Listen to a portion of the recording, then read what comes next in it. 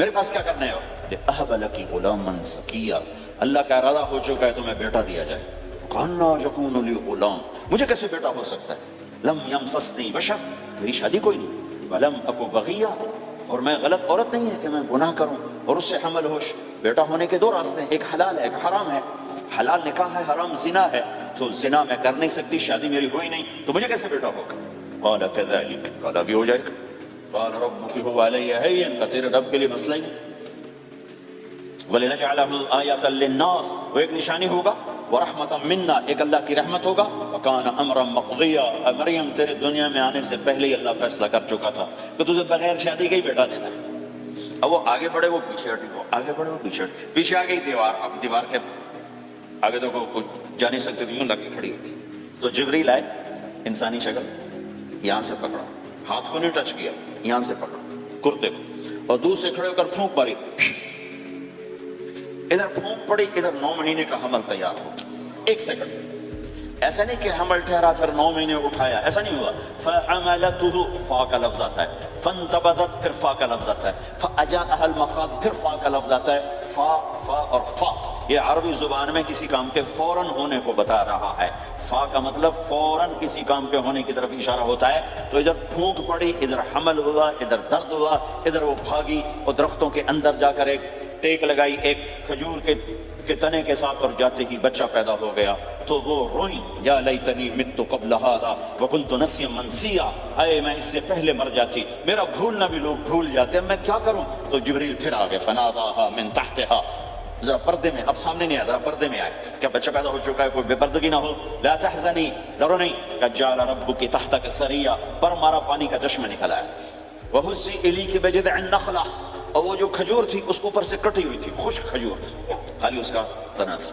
تو جبریل نے کہا اس کو ہلاؤ، اس کو ہلاؤ. تو انہوں نے ہلایا تو ساقط علیک رطبا جنیا، تو تو دیکھے گی کہ یہ کھجور کے اوپر نہ کوئی شاخ ہے، نہ کوئی پھل ہے، نہ کوئی پتا ہے، لیکن جب اس نے ہلایا تو ایک دم تازہ کھجوریں گرنے لگ گئیں، تازہ کھجوریں. تو جبریل نے پھر کہا مریم، جو اللہ اس درخت کو بغیر شاخ کے پھل دے رہا ہے تجھے بغیر مرد کے بیٹا دے رہا ہے. کلی وشربی وقرری عینا، کھا پی صاف صوف ہو اور آپ سکون پکڑ، سکون میں آ جا اور جا بعض شہر کی طرف جا. لوگ آئیں گے کہیں گے تو نے یہ کیا کیا؟ تو تم نے کہنا ہے انی نذرت للرحمن صوما فلن اکلم اليوم انسیا، بھائی میرا تو روزہ ہے، میں نہیں بول سکتی، اس سے بات کرو، بچے سے بات کرو. بنو اسرائیل کا روزہ اتنا سخت تھا کہ صرف کھانے پینے کی پابندی نہیں، بولنے پر بھی پابندی لگا دی گئی. وہ سچ بھی بولے تو ان کا روزہ ٹوٹ جاتا تھا، یہ امت جھوٹ بھی بولے تو روزہ نہیں ٹوٹتا، خراب ہو جاتا ہے، ٹوٹتا نہیں. تو فأتت به قومها تحمله، بچہ ہاتھ میں اور آئیں بات شہر میں. قالوا یا مریم لک جیت شیئا فریا، شور مچ گیا، مریم یہ کیا کیا؟ یا اخت ہارون، ارے ہارون کی بہن، ما کان ابوک امرأ سوء، تیرا باپ ایسا نہیں تھا، وما کانت امک بغیہ، تیری ماں ایسی نہیں تھی، تو نے یہ کیا کیا؟ تو انہوں نے یوں کیا. اس کا مطلب تھا روزہ، اور اس کا مطلب تھا اس سے بات کرو. فاشارت الیہ قالوا کیف نکلم من کان فی المہد صبیا، کہنے لگے مریم تو اتنی بے وقوف ہے کہ تجھے اپنے گناہ چھپانے کا طریقہ بھی نہیں آیا. تو کہتی میرا نکاح ہو گیا ہے، تو کہتی زکریا علیہ السلام نے چپکے سے میری شادی کر دی ہے، تو اپنا گناہ چھپانے کے لیے کہتی بچے سے بات کرو. کبھی بچہ بھی بولا، اور شور مچا ہوا ہے کہ ایک دم یہ آدھے پونے گھنٹے کا بچہ، اس کی آواز بلند ہوئی اور اس لاؤڈ سپیکر سے اوپر چلی گئی، پورے شہر گونج اٹھا. قال انی عبد اللہ، لوگو سنو میں اللہ کا بندہ ہوں. آتانی الکتاب، مجھے اللہ نے کتاب دی. وجعلنی نبیا، مجھے اللہ نے نبی بنایا. وجعلنی مبارکا، مجھے اللہ نے برکت والا بنایا. اینما کنت، میں جہاں بھی ہوں گا. واوصانی بالصلاۃ والزکاۃ ما دمت حیا، اور میرے رب نے مجھے کہا نماز پڑھنی ہے، زکات دینی ہے. وبرم بوالدتی، اور میرے رب نے مجھے کہا ہے کہ میں اپنی ماں کی خدمت کروں، فرما بردار بنوں. ولم يجعلنی جبارا شقیا، والسلام علی یوم اموت ویوم ابعث، والسلام علی یوم ولدت ویوم اموت ویوم ابعث حیا، میرے اللہ کی میرے اوپر سلامتی ہے، جب پیدا ہوا، جب مروں گا، جب اٹھائے جاؤں گا. ذلک عیسی ابن مریم قول الحق الذی فیہ یمترون، یہ ہے مریم کا بیٹا عیسیٰ علیہ السلام، یہ اللہ کا بیٹا نہیں ہے، یہ مریم کا بیٹا ہے. اللہ تعالیٰ نے پورے قرآن میں کسی عورت کا نام نہیں لیا. عورت کو ایسا پردے کی چیز اللہ تعالیٰ نے بنایا ہے کہ اتنی عورتوں کا ذکر قرآن میں کیا، کسی کا نام نہیں ذکر کیا سوائے حضرت مریم کے نام، باقی سب کو امرات العزیز، امرات فرعون، امرات نوح، امرات کے ساتھ گورنر کی بیوی، فرعون کی بیوی، نوح کی بیوی، لوط کی بیوی، اللہ نام بھی لے سکتا تھا۔ مصر کے گورنر کی بیوی کو لفظ زلیخا بھی کہہ دیتا، زلیخا نہیں کہا۔ فرعون کی بیوی اللہ آسیہ کہہ دیتا، آسیہ نہیں کہا۔ صرف ایک عورت کا نام آیا ہے، وہ ہے حضرت مریم علیہ السلام۔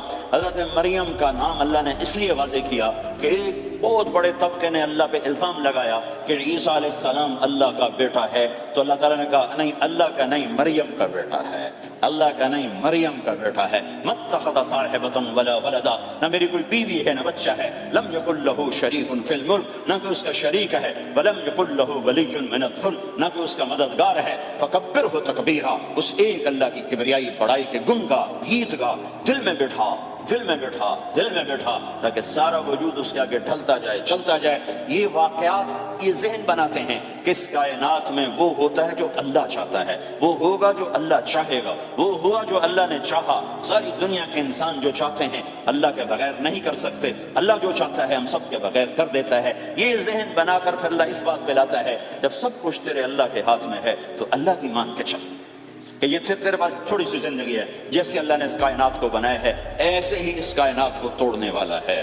ایک دن آئے گا، ازفت الازفہ، وہ قریب آ چکا ہے، لیس لہا من دون اللہ کاشفہ، اسے کوئی روک نہیں سکتا، ہٹا نہیں سکتا، وہ آئے گا۔ لا تأتیکم الا بغتہ، وہ اچانک آئے گا۔ وہ کیسے آئے گا؟ فإذا نفخ فی الصور نفخۃ واحدہ، ایک آواز آئے گی بڑی خوفناک۔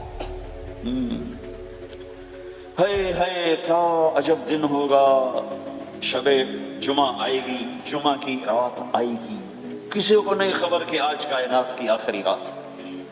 پرندے واپس گئے ہوں گے اپنے درختوں پر، گھونسلوں پر، شیر اپنے ٹھکانوں پر، چیتے اپنے ٹھکانوں پر، بھیڑیے اپنے ٹھکانوں پر، بکریاں، اونٹ، گائے، بھینس اپنے اپنی جگہ پر۔ اور اگر یہ بولٹن اس وقت موجود ہوگا تو بولٹن کے باشندے سوئے ہوں گے اپنے گھروں میں، کوئی ادھر تیاری کہ میں نے جاب پہ جانا ہے، یہ میرا سامان پڑا ہے، میں نے اسکول جانا ہے، یہ میری کتابیں پڑھی ہیں، میں نے آفس جانا ہے، یہ میری فائلیں پڑھی، میرا لیپ ٹاپ پڑا ہوا ہے۔ یہ سب کچھ جیسے آج کی رات ہے ایسے ہی ایک رات آئے گی۔ دن جدا ہو کر کہے گا کہ میں کل آؤں گا، رات جدا ہو کر کہے گی میں تیرے بعد آؤں گی، اور تارے چاند ستارے بھی ابھر کر نکل کر کہیں گے ہم نے کل بھی نکلنا ہے اور ہم نے کل بھی طلوع ہونا ہے۔ سورج بھی غروب ہوتے ہوئے یہ سوچ رہا ہوگا کہ کل میں نے پھر بھی نکلنا ہے، اور چاند بھی سوچ رہا ہوگا کہ میں نے اگلے دن بھی نکلنا ہے۔ لیکن اللہ کے سوا فرشتوں تک کو نہیں پتا کہ آج آخری دن آ چکا ہے۔ اور میرے نبی نے عجب نقشہ کھینچا ہے قیامت کے دن کا۔ ہم نے کہا عورت روٹی پکا رہی ہوگی، اس کے ہاتھ میں روٹی ہوگی۔ اب تو یہاں روٹی پکانے کا رواج بہت کم ہو گیا، لیکن پھر بھی پکاتے ہیں۔ روٹی پکا رہی ہوگی، اس کے ہاتھ میں روٹی ہوگی، ابھی توے پہ ڈالنے جا رہی ہوگی۔ اور ایک چیز آپ کے ہاں بالکل نہیں ہے، ہمارے ہاں اب بھی ہے کہ وہ دہی کو اس میں سے مکھن نکالتے ہیں، دہی کو وہ کرش کرتے ہیں پھر اس میں سے مکھن نکال۔ یہ ہمارے گھروں میں ہوتا ہے، ہر گھر میں ہوتا ہے، خاص طور پر دیہاتوں میں۔ تو ایک عورت ایسے وہ اس دہی کو بلو کر کرش کر کے اس سے مکھن کا پیڑا یوں بنا رہی ہوگی، اور بنا کر برتن میں ڈالنے کے لیے ایسے کر رہی ہوگی، ایسے کر رہی ہوگی۔ یہ تہذیب اب آپ تو سمجھ نہیں سکتے چونکہ آپ تو ادھر کے لوگ بن گئے اب۔ تو ہمارے دیہاتوں میں اب بھی یہ تہذیب ایسے کر رہی ہوگی، ایسے کر رہی ہوگی۔ اور پھر آپ نے فرمایا کہ ایک آدمی اپنے اونٹ کو چارہ ڈالنے کے لیے اس جگہ کو صاف کر رہا ہوگا کہ میں صبح ہو گئی ہے، میں اونٹ کو چارہ ڈالوں، پھر میرا اونٹ کھائے، پھر اس کو لے کر میں کام پہ جاؤں۔ اور دکاندار جھاڑو دے کر اپنی سیٹ پہ بیٹھ چکا ہے، اور گاہک انٹر ہوتا ہے اور اسے کہتا ہے کہ 10 میٹر مجھے کپڑا چاہیے، اور اس کے لیے یوں کپڑا ناپ رہا ہے، ناپ کے 10 میٹر، 5 میٹر، 4 میٹر، 2 میٹر پر اس نے یوں کینچی رکھی، کینچی کی یہاں ہے، اور اس نے جیب سے پیسے نکالے اور گننے لگا کہ میں نے اس کو 100 پاؤنڈ دینا ہے۔ وہ گننے میں لگا ہوا ہے، یہ کاٹنے میں لگا ہوا ہے۔ اور دور کھیت میں ایک آدمی ہل چلا رہا ہے، اور ایک آدمی بیج ہاتھ میں لے کے یوں پھینکنے جا رہا ہے، اور ایک آدمی پانی لگانے کے لیے اس پانی کو ڈائیورٹ کر رہا ہے۔ اور ادھر بازار میں جلدی جلدی لوگ بھاگے جا رہے ہیں، جاب والے ایک نوالا منہ میں ہے، ایک ہاتھ میں، اور بھاگے جا رہے ہیں۔ میں آج لیٹ ہو چکا ہوں، میرا جاب کا ٹائم جا رہا ہے، میرا اسکول کا ٹائم جا رہا ہے۔ یہ ایسا ہی ایک سما ہوگا، بولٹن اٹھے گا، انگلینڈ اٹھے گا، امریکہ اٹھے گا، ایشیا اٹھے گا، یورپ اٹھے گا، افریقہ اٹھے گا، ہندوستان اٹھے گا، پاکستان اٹھے گا، Burma, Malaysia, Thailand, Indonesia اسی طرح اٹھیں گے جیسے روزانہ اٹھتے ہیں، اور اللہ کے سوا کسی کو نہیں پتا کہ آج شام ہو گئی ہے۔ لہذا ایسے اور ماں چھوٹے بچے کو ناشتہ کرا رہی، جلدی سے اس کو اسکول لے جانا ہے، تو بریڈ اس کے ہاتھ میں، اس کے منہ میں ڈالے، یہاں تک نوالا ہے، یہاں تک نوالا آیا ہے، یہاں تک نوالا آیا ہے اور اس نے یہاں کینچی رکھی ہے، اس نے جیب سے نکال کر پیسے گننے شروع کیے ہیں، وہ پانی کو ڈائیورٹ کر رہا ہے، وہ یوں مٹھی بھر کے اپنا بیج پھینک رہا ہے، وہ اونٹ کے کھانے کی جگہ، گھاس چارہ کھانے کی جگہ کو صاف کر رہا ہے، دکاندار دکان کا شٹر اٹھا رہا ہے، ایک شٹر اٹھا کے بیٹھ چکا ہے، ایک دکان کے اندر جھاڑو دے رہا ہے، صفائی کر رہا ہے، اور ایک اپنے سودے گن رہا ہے، ایک اپنے پیسے گن رہا ہے۔ بادشاہ سلامت تاج پہن کر اپنے تخت کو چلنے کے لیے روانہ ہو رہے ہیں، اور آگے پیچھے ان کے باڈی گارڈز کھڑے ہوئے ہیں، اور وہ پورا اسکواڈ کھڑا ہوا ہے، اور ادھر بازار میں، کھیت میں، ہر چیز میں ایک رونق ہے، چہل پہلے،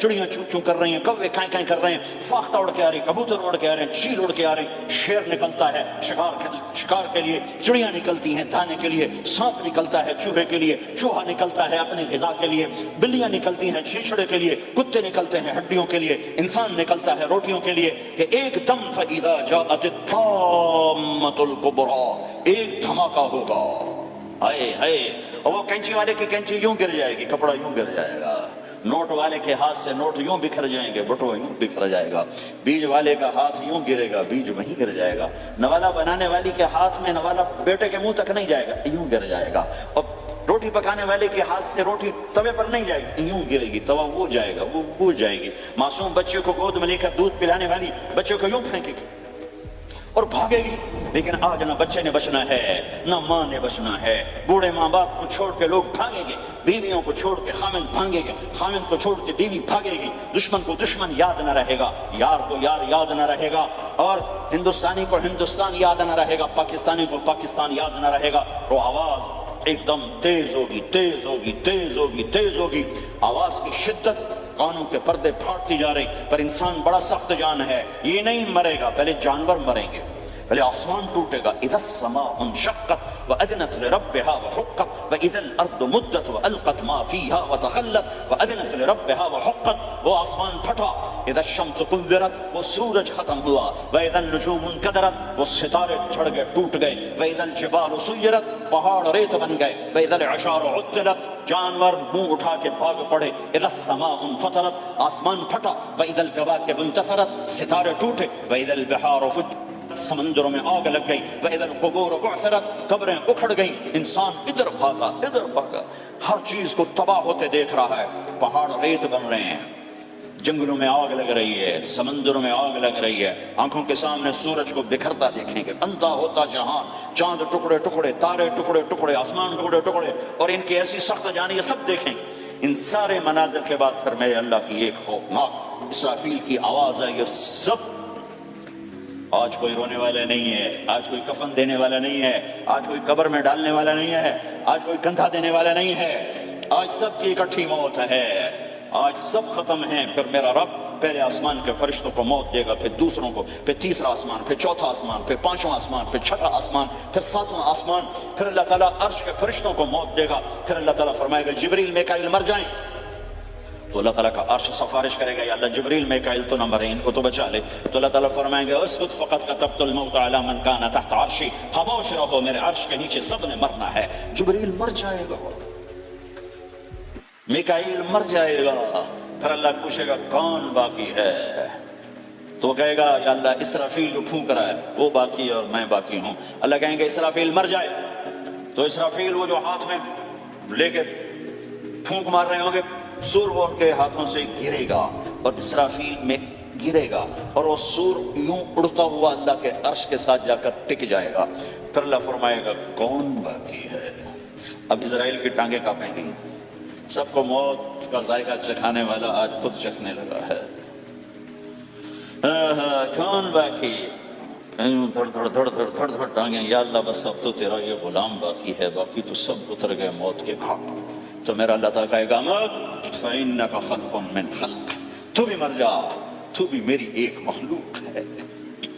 اور میرے بھائیوں، اس مٹ جانے والی دنیا کے پیچھے اللہ کو ناراض نہ کرو، اس کی عزت بھی دھوکہ ہے، اس کی شہرت بھی دھوکہ ہے، اس کی دولت بھی دھوکہ ہے، اس کی حکومت بھی دھوکہ ہے، اس کا عروج بھی دھوکہ ہے، اس کا سوال بھی دھوکہ ہے، اس کی عزت بھی دھوکہ ہے، اس کی ذلت بھی دھوکہ ہے، اس کا مال بھی دھوکہ ہے، اور اس کا فخر غربت بھی دھوکہ ہے، اس کی زندگی بھی دھوکہ ہے، سب نظروں کا فریب ہے۔ حضرت علی کا فرمان ہے الناس النیام اذا ما تنتبہ، لوگ سوئے ہوئے ہیں، جب موت آئے گی تو آنکھ کھل جائے گی۔ گھاٹے کا سودا کر کے نہ مرو، گھاٹے کا سودا کر کے نہ مرو، اللہ کو ناراض کر کے نہ مرو، سب چھوڑ کے جانے والی ہیں، سب چھوٹنے والا ہے، لہذا اللہ کو ساتھ لے لو، اللہ کو ساتھ لے لو، اللہ کو ساتھ لے لو۔ سب کو مارنے کے بعد میرا اللہ کہے گا من کان لی شریکا فلیأت، کوئی ہے میرے سامنے تو آؤ، من کان لی شریکا فلیأت، کوئی ہے میرے مقابلے میں تو آؤ، من کان لی شریکا فلیأت، کوئی ہے میری ٹکر کا تو آؤ، 3 دفعہ، 3 دفعہ۔ پھر اللہ زمین آسمان کو ایک جھٹکا دے گا، پھر کہے گا انا الملک، میں بادشاہ ہوں، پھر دوسرا جھٹکا دے گا، پھر کہے گا انا القدوس السلام المومن، میں ہوں قدوس السلام مومن، پھر تیسرا جھٹکا دے گا، پھر کہے گا انا المہیمن العزیز الجبار المتکبر، میں ہوں متکبر، جبار، عزیز، مہیمن۔ پھر اللہ تعالیٰ کہے گا این الملوک، بادشاہ کہاں ہے؟ این الملوک، بادشاہ کہاں ہے؟ این المتکبرون، وہ تکبر کرنے والے کہاں ہیں؟ این الجبارون، ظالم کہاں ہیں؟ این المتکبرون، تکبر والے کہاں ہیں؟ کوئی ہو تو جواب دے۔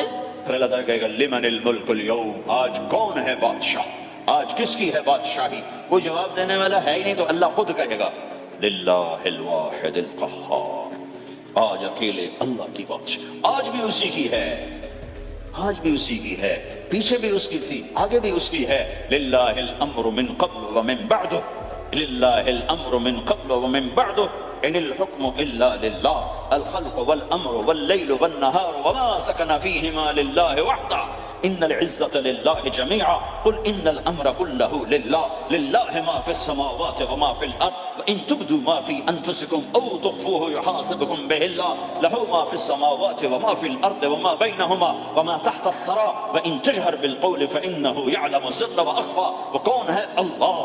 وہ کیسا ہے؟ لا الہ الا ہو۔ صفات کیسی ہیں؟ له الاسماء الحسنى۔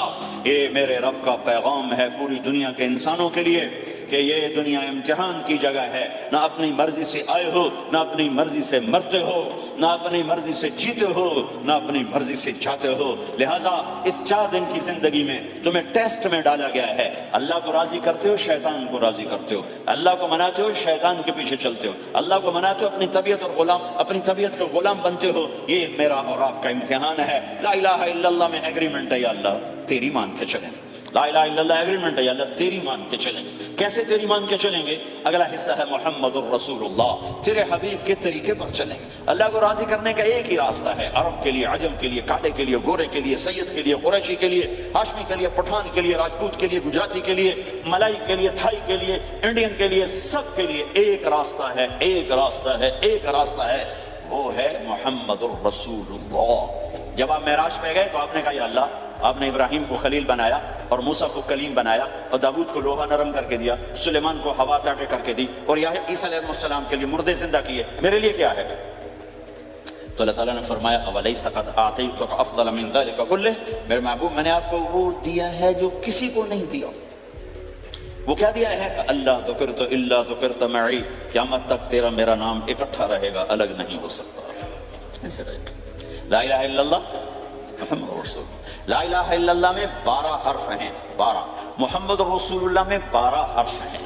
لا الہ الا اللہ 12 حرفوں سے بنا ہے، لام اور الف، یہ اس کو گنو تو 12 بنتے ہیں، پھر میم اور ہا اور میم اور دال کو آگے تک گنو تو 12 بنتے ہیں، ادھر بھی 12 ادھر بھی 12۔ پھر حرف کی 2 قسمیں ہیں، ایک نقطے والے، ایک بغیر نقطے والے۔ نقطے والے حرف کمزور ہوتے ہیں، بغیر نقطے والے حرف طاقتور ہوتے ہیں، کہ نقطے والا حرف اپنا مطلب بنانے کے لیے نقطے کا محتاج بن جاتا ہے، اور جو بغیر نقطے والا ہوتا ہے وہ اپنا مطلب بتانے کے لیے نقطے کا محتاج نہیں ہوتا۔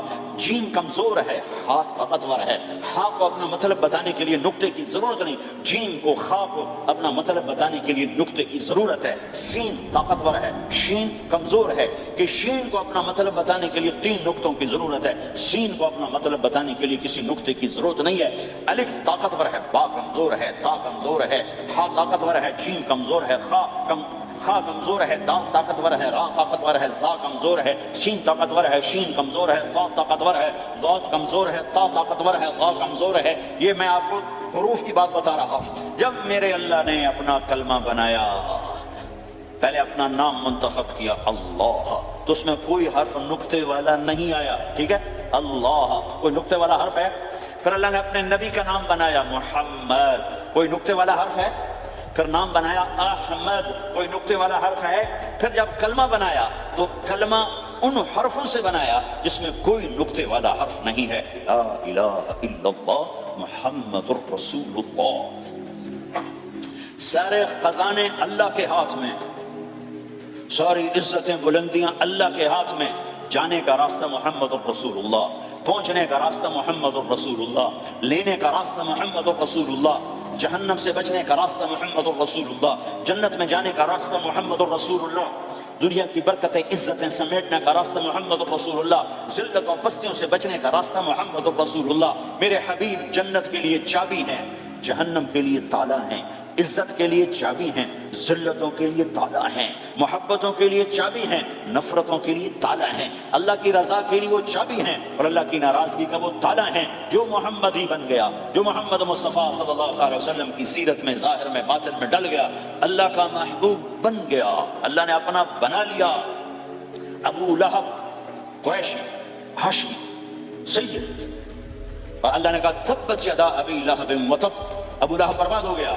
بلال حبشی کا بیٹا، غلام کا بیٹا، کالے کا بیٹا، لیکن میرے نبی نے فرمایا جب میں جنت میں جاؤں گا تو میری سواری کی رسی بلال کے ہاتھ میں ہوگی، جو میرے میں ساتھ چلے گا، میرے ساتھ چلے گا، اور اس دن تم بلال کی شان دیکھنا، سید قریشی سب دیکھتے رہ جائیں گے، اور ایک غلام سب سے بازی لے جائے گا کہ جب سارے جنتی جنت کے دروازوں پر اکٹھے ہوں گے تو ایسے جنت کے 8 گیٹ ہیں، وہ سارے بند ہوں گے، سب بند ہوں گے، تو کہیں گے اندر کیسے جائیں؟ تو کہیں گے چلو آدم علیہ السلام سے بات کرتے ہیں، آدم علیہ السلام سے عرض کریں گے جناب ابا جان، دادا جان، دروازہ تو کھلوائیں۔ وہ کہیں گے بچوں میں نے تمہیں نکالا تھا، میں ڈال نہیں سکتی، جاؤ بھائی کسی اور سے بات کر۔ اب آئیں گے نوح علیہ السلام، بابا میں نہیں کر سکتا، ابراہیم علیہ السلام، بابا میں نہیں کر سکتا، اسماعیل، اسحاق، یعقوب، یوسف، موسیٰ، یوشع، دانیال، الیاس، داؤد، یحییٰ، زکریا، سلیمان، بھائی ہمارے بس کا، بھائی ہمارے بس کا، بھائی ہمارے بس کا نہیں۔ سب سے آخر میں آئیں گے عیسیٰ علیہ السلام کے پاس۔ اگر اللہ چاہتا تو سیدھا ہمارے نبی کے پاس پہنچا دیتا، لیکن اللہ اپنے نبی کی شان دکھانا چاہتا ہے کہ میرا نبی کتنی شان والا ہے، کتنی عزت والا ہے، جس کی سنت کو تم پھینک دیتے ہو، سنت کی کوئی بات نہیں۔ 1 پاؤنڈ پھینکتے ہو کہ 1 پاؤنڈ گر گیا، کوئی بات نہیں، کہ 1 پاؤنڈ کو بھی ڈھونڈتے پھرتے ہو، سنت کوئی بات نہیں، پاؤنڈ نہیں۔ ہمارا پاکستانی 172 سے ضرب لائے گا، ہندوستانی 100 سے ضرب لگائے گا، پتہ نہیں کیا کیا کرے گا، ہیں تو اللہ تعالیٰ سب کو بھلا دے گا۔ آدم سے کہانی شروع ہوگی، چلتے چلتے چلتے عیسیٰ علیہ السلام، تو عیسیٰ علیہ السلام ایک بات کا اضافہ کریں، کہا میں نہیں کھلوا سکتا، لیکن آج میں تمہیں پتہ بتا سکتا ہوں کون کھلوائے گا، یہ کوئی نبی نہیں کہے گا۔ تو کہیں گے جی بتاؤ، کہیں گے جاؤ محمد رسول اللہ صلی اللہ علیہ وسلم کی خدمت میں، ان کے سوا آج کوئی نہیں کھلوا سکتا۔ سارا مجمع آئے گا، یا رسول اللہ، یا حبیب اللہ، یا نبی اللہ، تھک گئے ہم، جنت کے دروازے بند ہیں، دروازہ کھلوائیں، تو آپ کہیں گے انا لہو، ہاں میں ہی کھلواؤں گا، میں ہی کھلواؤں گا۔ پھر آپ نے فرمایا سب کے سامنے سجدہ کروں گا اللہ تعالیٰ، پھر اللہ تعالیٰ اپنی تعریف کا مجھے الہام کرے، میں اللہ کی تعریف کروں گا، جو ابھی مجھے بھی نہیں پتا کیا تعریف کروں گا، اس وقت اللہ تعالیٰ مجھے عطا کرے گا۔ پھر میرا اللہ کہے گا یا حبیبی یا محمد ارفع رأسک سل تعطا اشفع تشفع، اے میرے حبیب، اے میرے محبوب، سر اٹھا، سوال کر، پورا ہوگا، سفارش کر، مانی جائے گی۔ تو ہمارے نبی کہیں گے اللہ جنت کا دروازہ کھول، تو اللہ تعالیٰ فرمائیں گے اوپننگ سیریمنی تجھ سے ہوگی، تو اوپننگ کرے گا، پھر کھلے گا، ایسے نہیں کھل سکتا۔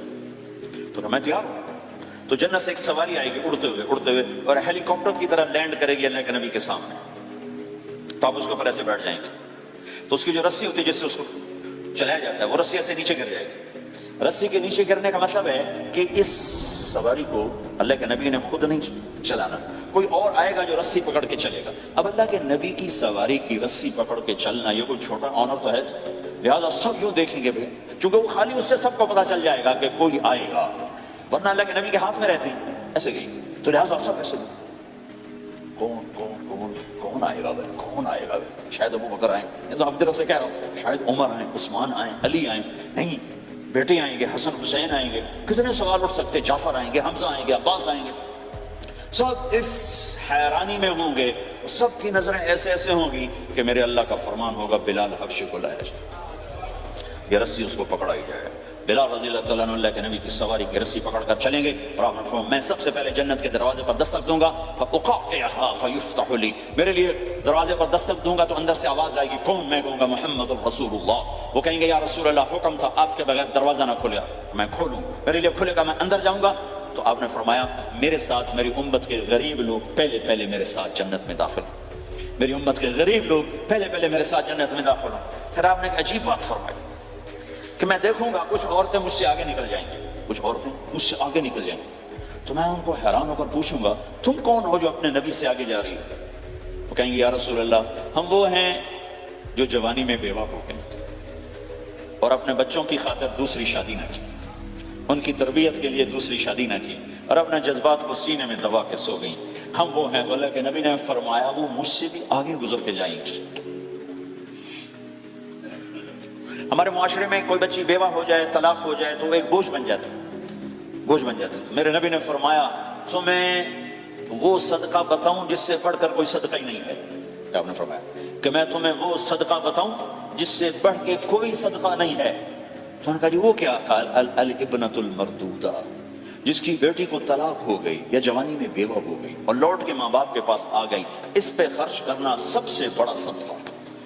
چونکہ ماں باپ بھی تنگ پڑ جاتے ہیں اور بھائی تو پہلے ہی کہتے ہیں کہاں مصیبت سر پہ آ پڑی ہے، تو میرے نبی نے اس کو کور کرنے کی، کیونکہ زندگی تو حادثات کا نام ہے، ہوتے رہتے ہیں، تو میرے نبی نے فرمایا سب سے اعلیٰ درجے کا صدقہ ہے اس بچی پہ خرچ کرنا جو طلاق ہو کے گھر واپس آ جائے یا بیوہ ہو کے گھر واپس آ جائے، اس پہ خرچ کرنا سب سے اعلیٰ درجے کا خرچ ہے۔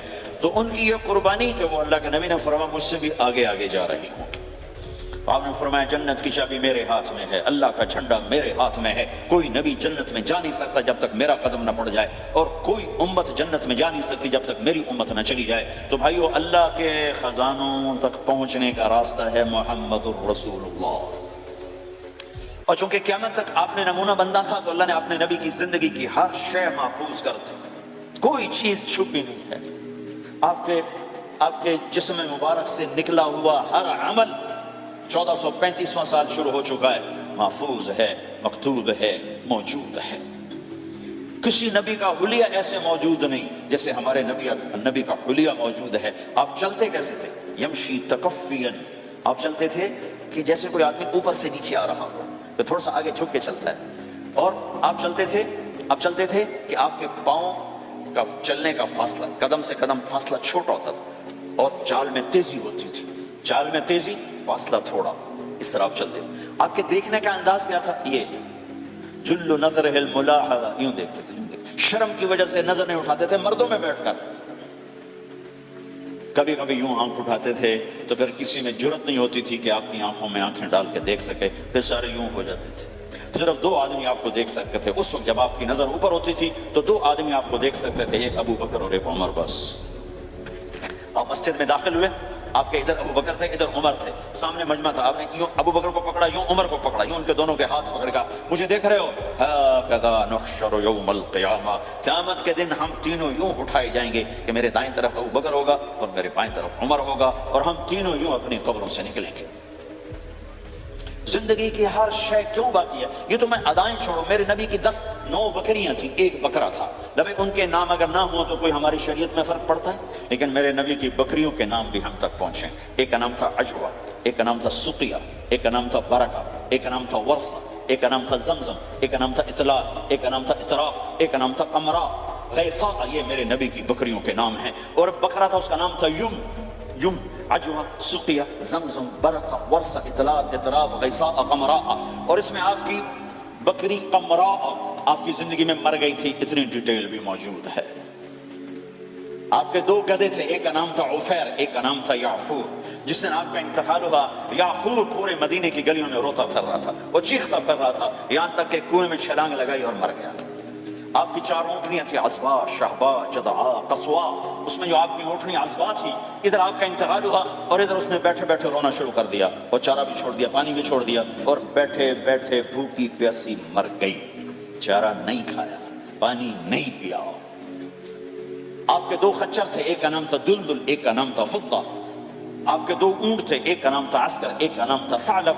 گھوڑے آپ نے بہت رکھے، آئے گئے، ورد، یاسوب، یعقوب، مرتجل، لزاز، طراز، سقب، سبحہ، ورد، یہ سجل یہ میرے نبی کے خوبصورت عالیشان گھوڑے ہیں، گھوڑوں کے نام بھی ہم تک آئے ہوئے ہیں۔ میرے نبی کا نسب اگر ہمیں نہ معلوم ہو تو ہماری شریعت میں کیا فرق پڑتا ہے، لیکن آدم علیہ السلام تک اللہ تعالیٰ نے اپنے حبیب کا نسب پیڑھی کو سلامت رکھا ہوا ہے۔ محمد بن عبداللہ بن عبد المطلب بن ہاشم بن عبد مناف بن قصی بن کلاب بن مرہ بن کعب بن لوی بن غالب بن فہر بن مالک بن نضر بن کنانہ بن خزیمہ بن مدرکہ بن الیاس بن مدر بن نزار بن معد بن عدنان بن اود بن حمیصہ بن سلامان بن عوز بن بوز بن قموال بن ابی بن عوام بن ناشد بن حزا بن بلداس بن یدلاف بن طابق بن جاحم بن ناحش بن ماخی بن عیفی بن عبقر بن عبید بن الدعاء بن حمدان بن سنبر بن یثربی بن یحسن بن یلحن بن ارعوى بن عیل بن ذیشان بن عیسر بن اقناد بن ایہام بن مقصد بن ناحد بن زارع بن سمی بن مزی